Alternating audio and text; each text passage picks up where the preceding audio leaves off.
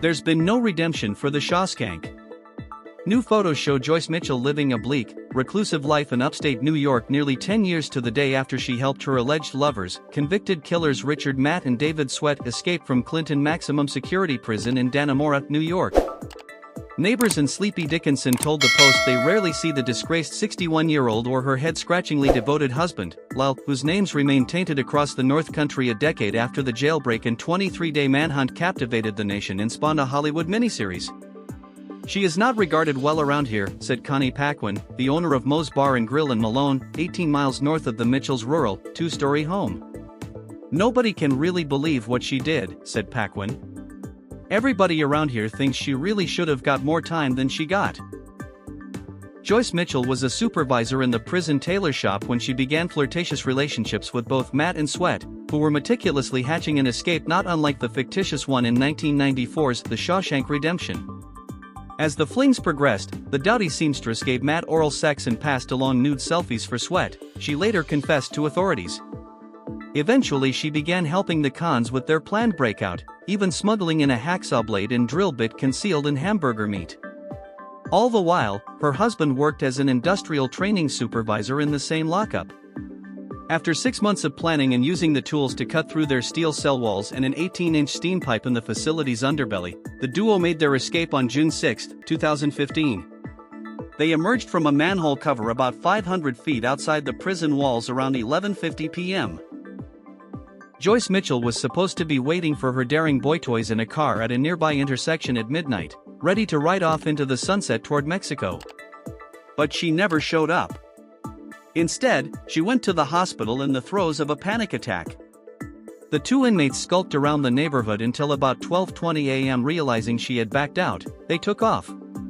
The escape, and Joyce's romantic role in it, made national headlines, and Joyce was dubbed Shawskank. Then Gov. Andrew Cuomo rushed to the prison, where he was photographed peering into the manhole. The subsequent, 23-day manhunt riveted the nation, with 1,500 law enforcement officers, at a cost of $1 million per day, scouring the deep woods of the North Country for the desperate fugitives. But they were elusive, trudging through dense forests and swamps, and setting up makeshift campsites when they weren't squatting in empty hunting cabins. In one, they picked up a 20-gauge shotgun, rum, boots, binoculars, maps, and other supplies.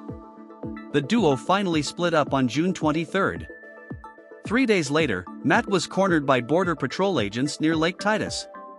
When he ignored commands to surrender, he was shot dead. On June 28, Sweat was spotted by a state trooper near Constable. When he tried to run, the sergeant fired 2 rounds, hitting Sweat in the left arm and right shoulder before he was recaptured. Joyce was arrested June 12, less than a week after the jailbreak. She pleaded guilty in September 2015 to promoting prison contraband and criminal facilitation, and was sentenced to 2.5 to 7 years. She was released after less than 5 years spent at Bedford Hills Correctional Facility in Westchester County. In the years since, Joyce has put up a happy front on Facebook, where she uses her old nickname Tilly, just like her character played by Patricia Arquette in Ben Stiller's miniseries Escape at Dannemora. Seemingly serene family photos of Joyce and Lyle posted in August 2023 show the couple posing alongside 6 other adults and a little girl in the woods. Another Facebook snap shows the youngster, believed to be the couple's granddaughter, lovingly wrapping her arms around a grumpy-looking Lyle.